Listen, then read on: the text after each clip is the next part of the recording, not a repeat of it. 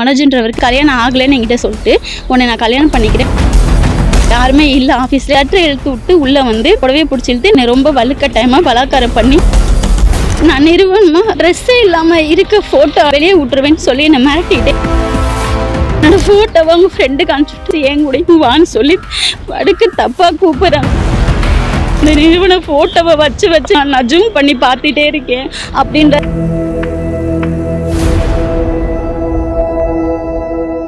என்னோட பேர் சித்ரா. மனோஜ்ன்றவர் ஒருத்தர். நாங்கள் 2 பேருமே சேர்ந்து டிவிஎஸ் டோல்கேட் பக்கத்தில் ஒரு ரியல் எஸ்டேட்டில் ஒர்க் பண்ணோம் சார்.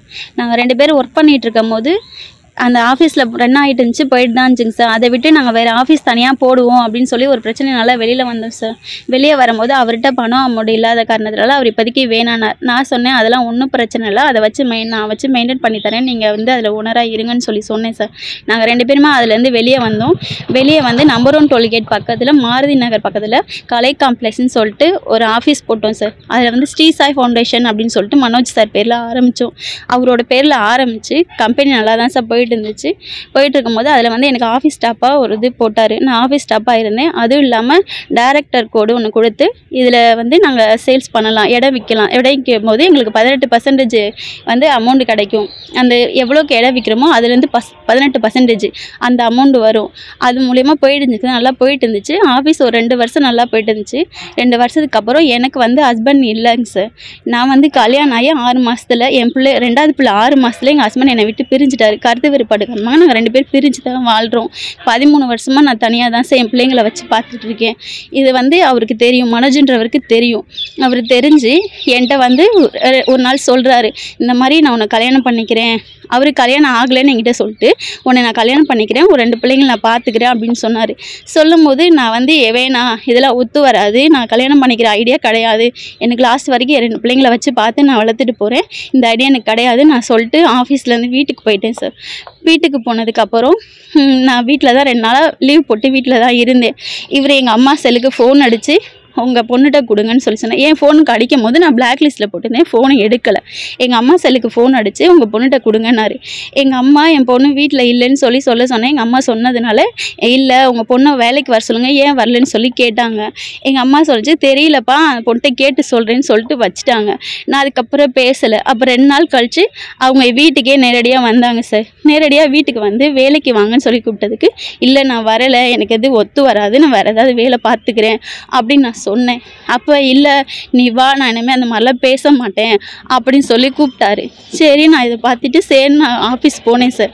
ஆஃபீஸ் போய் 2 நாள் என்கிட்ட நல்லா தான் பேசினார், நார்மலாக பேசினார். சரி ஏதோ பேசிட்டாரு, இதுக்கப்புறம் தப்பாக நடந்துக்க மாட்டேன்னு சொல்லிட்டு நானும் அசால்ட்டாக நான் வேலை பார்த்துருந்தேன் சார். ஒரு 2 நாள் கழிச்சதுக்கப்புறம் யாருமே இல்லை ஆஃபீஸில், எல்லோரும் ஆஃபீஸ் மூடிட்டு ஆஃபீஸ் கையிலேருந்து கிளம்பி போயிட்டாங்க.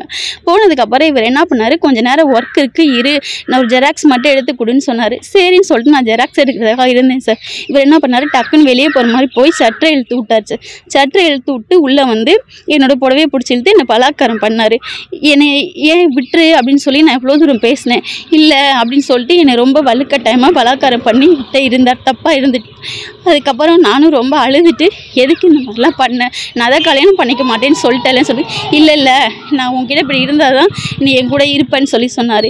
எதுக்கு தேவையில்லாமல் பண்ண, நான் இப்போயே போய் கம்ப்ளைண்ட் கொடுக்குறேன்னு சொன்னேன். நான் வந்து உன்னை தப்பாலாம் பண்ணல, உன்னை கல்யாணம் பண்ணிக்கிறேன்ற வசதி தான் நான் பண்ணேன் அப்படின்னு சொல்கிற மாதிரி என்னை இது பண்ணிட்டாரு சார்.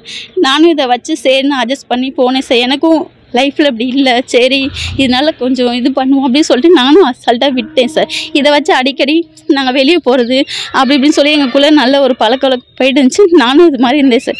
இதுக்கெல்லாம் ரொம்ப கஷ்டமாக இருக்குதுன்னு சொல்லிட்டு என்னோடய செயின் 1.5 பவுன் நகையை அவருக்கு நான் கொடுத்துருந்தேன் அடகு வைக்க.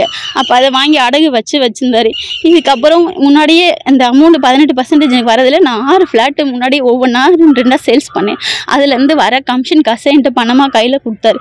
நான் அதை வந்து எனக்கு பணம் வேணாம், ஏன்னா நான் பணத்தை வாங்கினா நிறையா கடையெல்லாம் கொடுத்துறேன், நான் உன்னோட செயினாகவே எடுத்துக்கிறேன் அப்படின்னு சொல்லிட்டு நாங்கள் துறையூரில் போய் நாங்கள் செயின் எடுத்தோம் சார். நானும் போனேன். போய் எனக்கு பார்த்தா அந்த செயின் பிடிச்சிருந்த வசதி தான் நான் எடுத்துகிட்டு வந்துட்டேன். அந்த 2 பவுன் டைமண்ட் செயின் நான் கழுத்தில் தான் போட்டிருந்தேன். அதை வந்து எனக்கு ரொம்ப கஷ்டமாக இருக்குது, நான் சென்னையில் ஒரு ஆஃபீஸ் ஓப்பன் பண்ணுறேன், அதுக்காக பணம் வேணும்னு சொன்னோன்னே அவரும் அவரோட இன்னொரு டிரைவரும் வந்தாங்க அங்கே வீட்டுக்கு. நான் பக்கத்தில் இருக்க கடையில் கொண்டு என்னோடய பேரில் நான் 2,05,000 அடகு வச்சுட்டு வந்து கொண்டு வந்து அந்த படத்தை கொடுத்தேன். எங்கள் வீட்டில் தான் எங்கள் அண்ணன் எங்கள் அம்மா இல்லை, அவங்க முன்னாடி தான் எங்கள் ஓனருன்னு சொல்லிட்டு அவங்களுக்கு தெரியும், அவங்க முன்னாடி நான் அமௌண்ட்டு கொடுக்கும் போது இவங்க வாங்கிட்டு திருப்பி தரேன்னு சொல்லிட்டு போயிட்டாரு.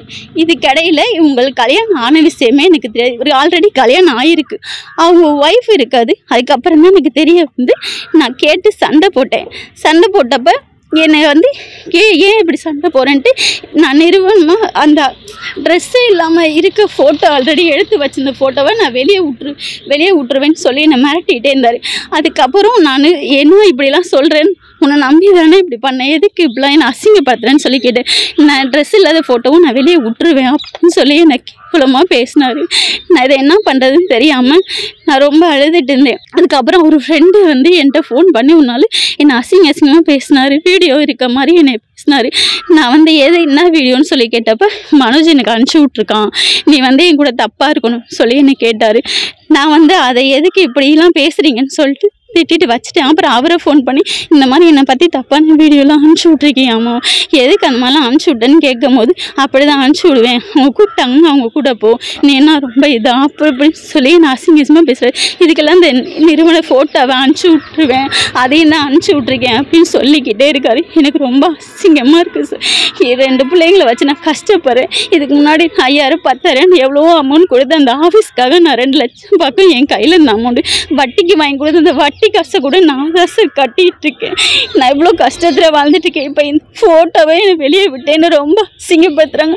அவங்க ஃப்ரெண்டோட என்னோடய ஃபோட்டோவை அவங்க ஃப்ரெண்டுக்கு அனுப்பிச்சுட்டு அவர் அந்த ஃபோட்டோவை என்னோடய ஃப்ரெண்டுக்கு அனுப்பிச்சுட்டு 2 பேரும் அசிங்கமாக என்னை பற்றி பேசிக்கிறாங்க. என் ஃப்ரெண்டு எனக்கு ஃபோன் பண்ணி கேவலமாக பேசுகிறான். அவங்க பேசின எல்லா ரெக்கார்டும் என்கிட்ட இருக்குங்க சார். இது சம்மந்தமாக நான் கொள்ளிடம் ஸ்டேஷனில் வந்து கம்ப்ளைண்ட் கொடுத்துருக்கேன். ஐஜி சார்ட்டையும் டிஜி ஆஃபீஸ்லேயும் 3 பேர்த்துக்குமே கம்ப்ளைண்ட் கொடுத்துருக்கேன். இது பற்றி எந்த ஒரு நடவடிக்கையும் இன்ன வரைக்கும் இல்லைங்க சார். எனக்கு நல்ல நடவடிக்கை எடுத்து தர மாதிரி கேட்குறேன். புகார் கொடுத்ததுக்கு அப்புறம் தான் அவர் ஃப்ரெண்டுக்கு அந்த வீடியோவை அனுப்பிச்சி விட்டு அதுக்கப்புறம் தான் அவங்க ஃப்ரெண்டு என்னை வந்து அசிங்கமாக பேசி என் கூடயும் வான்னு சொல்லி படுக்க தப்பாக கூப்பிட்றாங்க சார், ரூம் போடவான்லாம் கேட்குறாங்க. அப்படிலாம் அவரோட ஃப்ரெண்டு விக்கின்றவர் சென்னையில் இருக்கார், அவரோட ஃப்ரெண்டு விக்னேஷ்ன்றவர், அவர் பேசின ரெக்கார்டு கூட என்கிட்ட இருக்குங்க சார். இது மாதிரி எனக்கு கேவலமாக இருக்குது. எனக்கு அந்த நிறுவன ஃபோட்டோவை வச்சு என்னை அசிங்கப்படுத்திட்டு அவர்கிட்ட ஃபோன் பண்ணி கேட்கும் போது ஆமாம் நான் ஜூம் பண்ணி பார்த்துட்டே இருக்கேன் அப்படின்றாரு. நான் உன்னோட ஒய்ஃப் கல்யாணம் ஆயிடுச்சுன்றியா, அவங்க கூட இருந்தது நீ யாருக்காவது அனுப்பிச்சி விடுவியான்னு நான் சொல்லி கேட்டதுக்கு அதை எப்படி அனுப்பிச்சி விடுவேன், நானும் இருக்க ஃபோட்டோ தான் நான் இப்பயும் பார்த்துட்ருக்கேன் அப்படின்னு அசிங்கமாக சொல்கிறாங்க. எனக்கு இது என்ன பண்ணுறதுன்னே தெரியல. இதெல்லாம் வெளியே போச்சுன்னா நான் ஏதாவது செஞ்சுட்டு செத்துருவேன் சார். என்னால் முடியலை. என் பிள்ளைங்கள்ட்ட பேசாமல் எங்கள் அப்பா மட்டும் சொல்லாமல் நான் என்ன பண்ணுறதுன்னு தெரியாமல் தவிச்சிட்டு இருக்கேன். அவர்கிட்ட கேட்டதுக்கு தான் சார் அவர் சொல்கிறாரு, நான் அப்படி தான் அனுப்பிச்சி விடுவேன், நீ என்கிட்ட நகை பணத்தை கேட்டு கம்ப்ளைண்ட் பண்ண வசதான் அப்படி பண்ணுவேன், நீ என்கிட்ட இப்படி பிரச்சனை பண்ண நான் இதை விட உன்னை ரொம்ப அசிங்கப்படுத்துவேன்றார். அந்த வீடியோ எல்லாமே என்கிட்ட இருக்குங்க சார். நீ வந்து என்கிட்ட பிரச்சனை பண்ணாமல் கம்ப்ளைண்ட் கொடுக்காம இருந்தீங்கன்னா நல்லது, அப்படிலாம் பண்ணினா இப்போ உன்னை இன்னும் எவ்வளோ தூரம் அசிங்கப்படுத்துவேனோ அவ்வளோ தூரம் அசிங்கப்படுத்துவேன்னு சொல்கிறாங்க சார்.